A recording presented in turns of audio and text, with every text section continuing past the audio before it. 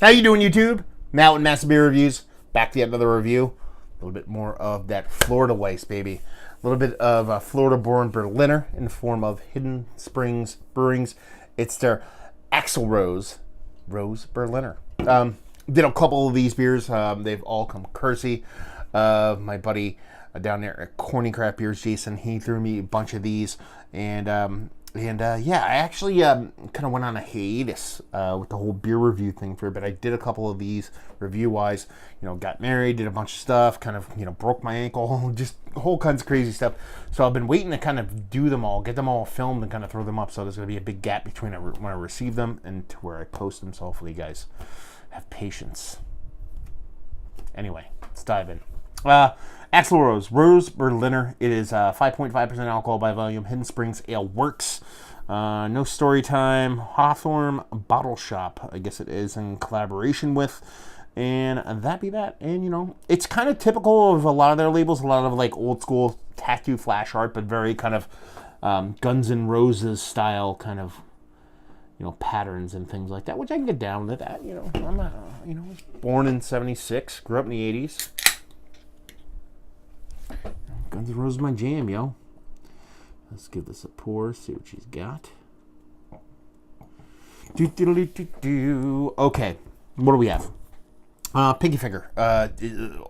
Just off white has a tint of that kind of bright pink rose-like vibe to it. Dissipating, not super quick, but she's going down. Pretty uniform, actually. Body to head, the whole edges, kind of microscopic bubbles. And she's got very, very, very, very, very, listen, I'm going to say the word very a couple times, slightly haziness to it. I mean, she's almost microfine glass clear, but there's an ever so subtle haze to it and a soft carbonation. So, does she look the part of the Berliner? Sure. Let's see what she smells like. I'm actually getting a soft caramel on a nice little tartness. Am I getting a kind of rose vibe from it? Rose water vibe. There's a floral component to it. There's a fruited floral component to it, along with that soft little touch of caramel.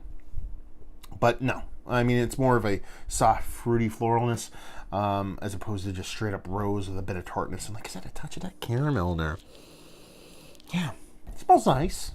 Nothing too crazy. More traditional kind of kettle sour than something overtly fruited or anything like that. But I know rose and rose petals. What I'm assuming, it says here, just Axel Rose Berliner, or Rosé. I don't know if it's a Rosé Berliner.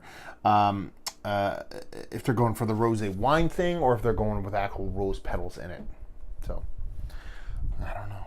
I'm gonna drink it. Cheers.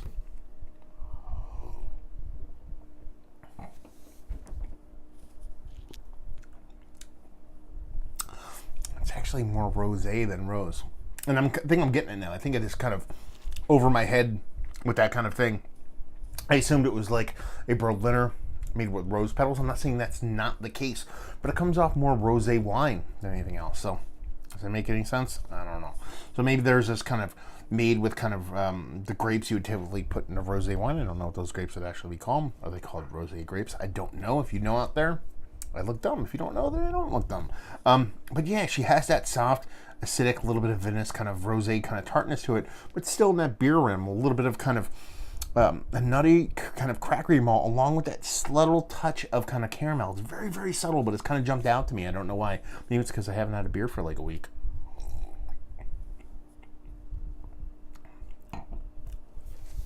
The tartness is there, but the actual sour portion of the puckerness, the biggest kind of just things that you associate sour, that kind of acidity, big poppiness isn't there. It's very drinkable, very chuggable. Like I said, it kind of toes that line of getting in that kind of white wine, kind of rosé, kind of a little bit of tartness that I typically experience from wines. I'm not a big wine guy, so I'm just kind of going with a little bit of layman terms as far as what I experience when I drink wine. And it's kind of getting very close to it, so I get that. It's very cool now. The more I kind of think about it, the more I kind of shuffle my brain and kind of think about the experiences and the tastes I've had when drinking lighter wines, rosé kind of wines. It kind of makes me think of that. That's kind of cool. Yeah, nice, refreshing, crisp, summer day stuff. Could I drink a bunch of them? Maybe. I mean, that little bit, that tartness, that kind of kettle souriness, it kind of gets in that little bit of kind of puckering grape wine level isn't something that is really a long haul flavor for me, but I can see it being that for somebody who's into a lighter wine or something like that. This would definitely be a nice kind of transition beer or something that, you know, if you had your house, be like, you like white wines or you like rosés, here, drink this. I know people are going to butcher me for saying kind of clumping together white wines and rosés. I'm sure they're markedly different. People will argue that to the nth degree, but I'm coming at it from a kind of beer standpoint and a kind of novice, so cut me some slack. It's nice. It's a kettle sour with a bit more kind of that white, pink, grapey vinousness to it in a fun way, in a nice way. Just little drip that caramel in there to kind of turn me on. Because caramel turns me on, baby. What do you want me to say? Anyway, let's talk about it. Is it one of the better Berliners I've had as late? Not really, but is it fun? Sure. It's hot as fuck outside. It's super humid. I want to sweat. Just foot in the bill. Value and availability, no idea. Maybe Jason can chime in, leave you with, if you like, well, will you like this? If you like wines, you want to drink a beer, this will do you proper. Especially if you're in the kind of rosé game, yo. I think this will do you better than you thought you'd do, beer-wise. At least getting close to that as far as beer goes, you know.